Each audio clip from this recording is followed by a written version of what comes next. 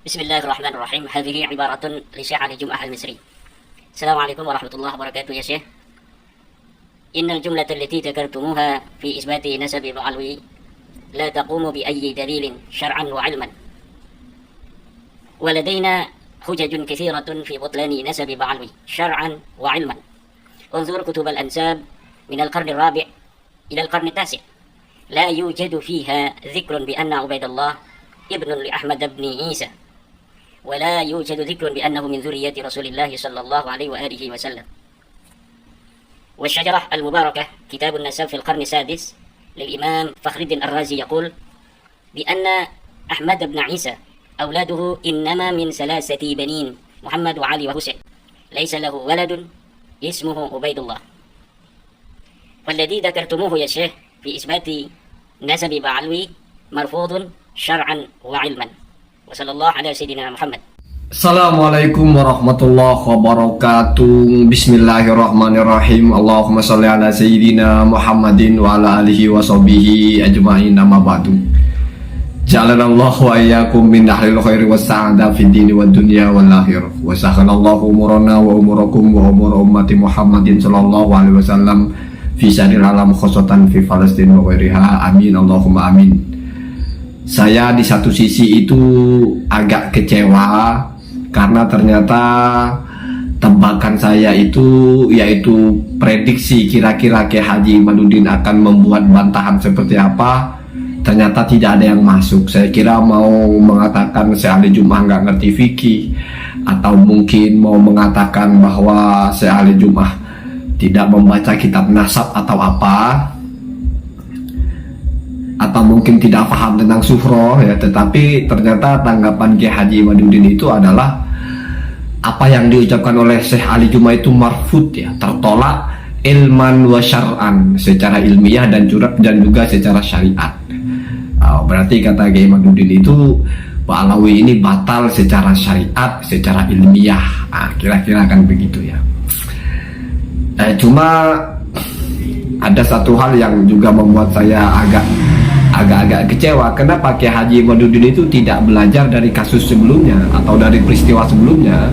Ketika muncul videonya Said Mahdi Ar-Rajai, Kiai Haji Imaduddin itu membuat tulisan pakai bahasa Indonesia, kemudian membuat video pakai bahasa Arab. Tetapi apakah ada respon lagi dari Said Mahdi? Ya enggak, Pak. Said Mahdi itu enggak nonton YouTube. Said Mahdi itu bukan orang medsos. Jadi kalau Anda buat video di share di YouTube, mau pakai bahasa Arab juga nggak mungkin ya. Dan sekarang lagi-lagi pakai bahasa Arab, mungkin berharapnya itu akan didengar oleh Syekh Ali Jum'ah. Ya, Syekh Ali Jum'ah sepertinya juga bukan orang yang nonton YouTube, apalagi nyari-nyari apa bantahannya Kiai Haji Imaduddin. Sepertinya enggak. Setidaknya dari pertama itu sudah belajar. Oh, berarti kalau mau berkonsultasi atau mau berkomunikasi, entah membantah atau bertanya kepada tokoh-tokoh selevel itu, bukan lewat YouTube. Mestinya kan gitu. Artinya iktibar lima sabak gitu. Apalagi sebelumnya sudah pernah nulis surat ke Said Mahdi, itu kan nggak ada jawaban ya, karena mungkin orang-orang selevel itu nggak bisa dengan surat-suratan, mungkin ya. Setidaknya kan kita belajar, ini cara tidak bisa ya, datanglah setidaknya ya, memang butuh modal itu. Atau kalau tidak datang ya suruh orang yang mungkin lagi di Mesir, atau orang yang mungkin lagi di mana. Ini namanya effort, ini namanya usaha. Kalau dikit-dikit ngomong di media, dikit-dikit nulis, siapa Pak yang mau baca tulisannya itu? Siapa juga yang mau dengar? Ini ya, ini jadi kan agak-agak lucu. Walaupun sudah saya bilang, si Ali Jum'ah itu nggak nanggepin Bapak itu. Enggak ya, nggak nanggepin sepertinya. Cuma mungkin ada orang bertanya gitu, dan pertanyaannya juga nggak disebut-sebut Syekh Imaduddin atau siapa. Dan jawabannya si Ali Jum'ah itu, ya terserah kamu lah, bebas. Terus kamu ada dalam keraguan, terus kamu menyangkal, terus ya urusan kamu ya. Hasbunallahu wa ni'mal wakil ya. Tidak penting juga kamu terima, tidak penting juga kamu bersikap apa, bebas ya. Artinya ini sudah apa bahasanya ya, sudah hal-hal yang nggak perlu terlalu rumit kita. Kalau kamu sudah tidak percaya ya sudah urusan kamu ya. Jadi ya saran saya mungkin kalau mau ada akses, mau naik rate-nya, mau naik levelnya, ini sudah perdebatan antar ulama, sudah digubris oleh ulama, ya jalannya nggak begitu. Ya tahu apa bahasanya ya, tahu hierarki lah.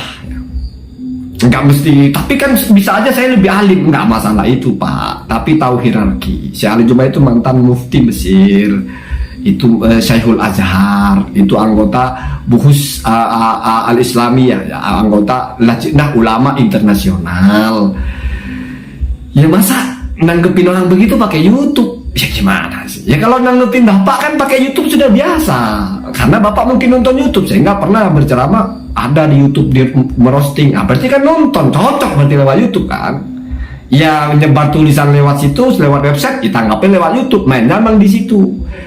Kalau si Ali Jum'ah itu kan kayaknya beliau itu nggak main YouTube, cuma mungkin videonya di-share oleh orang di YouTube gitu. Nggak mesti berarti semua orang itu mainnya di YouTube. Jadi kalau orang mainnya nggak di YouTube terus kita bantah di YouTube, agak repot sebetulnya. Setidaknya tabir bima sabak lah, ambillah ibroh gitu ya.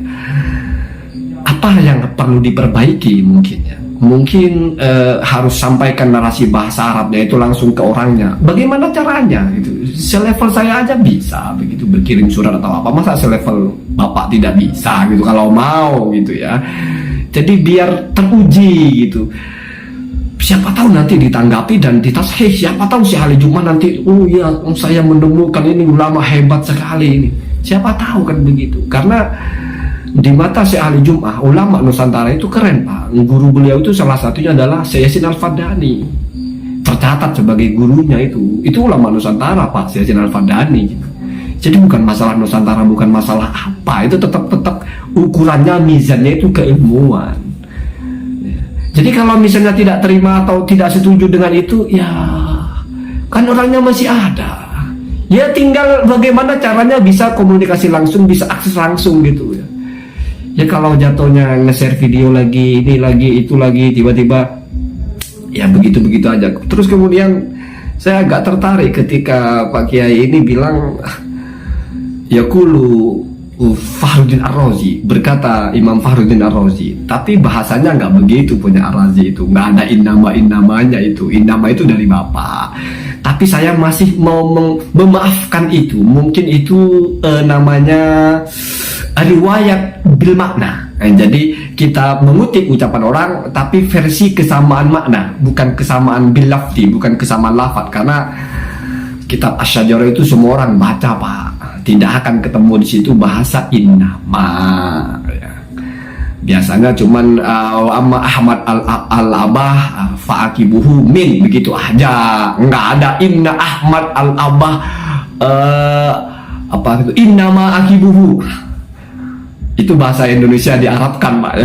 Kenapa saya bilang bahasa Indonesia diarabkan? Karena innama itu kan diterjemahkan hanya. Jadi seolah-olah terjemahannya begini. Sesungguhnya Ahmad bin Ahmad al-Aba itu keturunannya hanyalah. Jadi hanyalah di tengah. Padahal kalau innama itu biasanya di depan Pak. Innama akibuhu, begitu biasanya. Innama al-mu'minuna ikhwatun, innama anta mudzakir lasta alaihim bimusaitir misalnya, atau innama yakhsyallaha min ibadihil ulama misalnya begitu ya. Tetapi mungkin punya kalimat ini innamanya di tengah, nggak apa mungkin ya, saya juga nggak mau telah masalah itu. Cuma ini kok lebih mirip ke bahasa Indonesia diarabkan, sama dengan kalau kita bilang buku saya ini bagus, kitab ada, itu kan mestinya mau tahu tapi sebetulnya enggak juga. Itu karena kebiasaan kita itu setiap kalimat mau diterjemahkan kitab ada, anda dihada yang ini gitu. Kira-kira begitu ya. Tetapi nggak ada yang salah, bebas ya, mau taruhin nama di depan, di tengah, cuma ya wallahu alam ya, agak menarik aja, entah menarik entah lucu ya. Kok ada narasi-narasi yang pertama jelas kalau secara lafzi tidak mungkin Said Mahdi itu menarasikan innama, itu tidak mungkin Pak. Jadi mungkin Bapak mungkin sudah sering mendengar ya, ada hasar itu ada yang mantuk, ada yang mafhum. Partisi dulu, hasarnya Ar-Razi ini masuk kepada hasar mantuk atau hasar mafhum. Kalau cari di Balawo nggak ada hasar begitu, itu kan hasar min tabiati nasabah. Jadi dari kebiasaan ulama nasab kalau menggunakan jumlah ismiyah hasr, itu nggak masuk kepada kajian hasr dalam balaghah, dalam usul fikih, nggak ada begitu ya. Kemudian kok mau dimasukkan innama? Nah, karena kalau innama nanti innama ini hasr mantuk apa hasr mafhum, itu jadi agak rumit. Cuman bagi saya nggak terlalu menarik juga sih bicara itu ya. Kenapa? Karena memperluas pembicaraan yang nggak ada ngaruh-ngaruhnya juga sebetulnya. Karena ketika saya berbicara itu kan maunya edukasi, kan begitu ya. Maunya mengklaster, kamu ikut ini apa ikut itu gitu ya. Tetapi kalau itu sudah saya bela itu, mungkin banyak yang akan menyalahkan itu. Kok bisa Kiai Imad menggunakan bahasa innama dalam kitabnya Ar-Razi? Ar-Razi tidak menggunakan itu. Lalu ada akibuhu min, ambil kaidah nasab itu hasr misalnya begitu, tapi ya jangan lalu ditambah innama. Kalaupun mau ditambah innama, tambahnya di depan, jangan di tengah-tengah begitu ya. Tetapi ya nggak apa-apa Pak ya, nggak ada yang salah dengan itu, nggak dosa juga ya. Dalam nahu kamu wajib membaca rofa itu, wajib fa'il baca rofa, kamu baca nasab kan nggak dosa Pak ya. Gitu ya. Jadi ya mungkin akan ada lagi versi tulisannya, akan ada lagi macam-macam. Pokoknya tetap berbunyi ya, tetap bersuara ya. Pokoknya jangan sampai tidak menanggapi, karena kalau tidak menanggapi itu kalah jadinya ya. Jadi ini seperti apa bahasanya, seperti supporter, jangan sampai nggak bunyi, harus bunyi, nggak mau tahu. Arab lawan dengan Arab gitu. Saya pun tidak menilai ada masalah, saya cuman kok agak di mana-mana innama itu di depan, kok ini kok di tengah. Setidaknya setelah innama itu ada isbat hukumnya, baru yang terakhir dihasar gitu. Biasanya setelah innama itu ada mubtada khobar, setelah innama itu ada fi'il fa'il. Innama yakhsyallaha min ibadihi al-ulama, fi'il fa'il. Innama al-mu'minuna ikhwatun, mubtada khobar. Ini enggak. Inna akiba Ahmad al-abah innama min, ya bahkan inna Ahmad bin Isa al-abah akibuhu ya min. Nah, mungkin benar juga ya, nggak ada masalah gitu. Ngoplos lah ya, biasa kita kan suka oplosan, apa-apa dioplos ya. Allahumma dina. Assalamualaikum warahmatullahi wabarakatuh.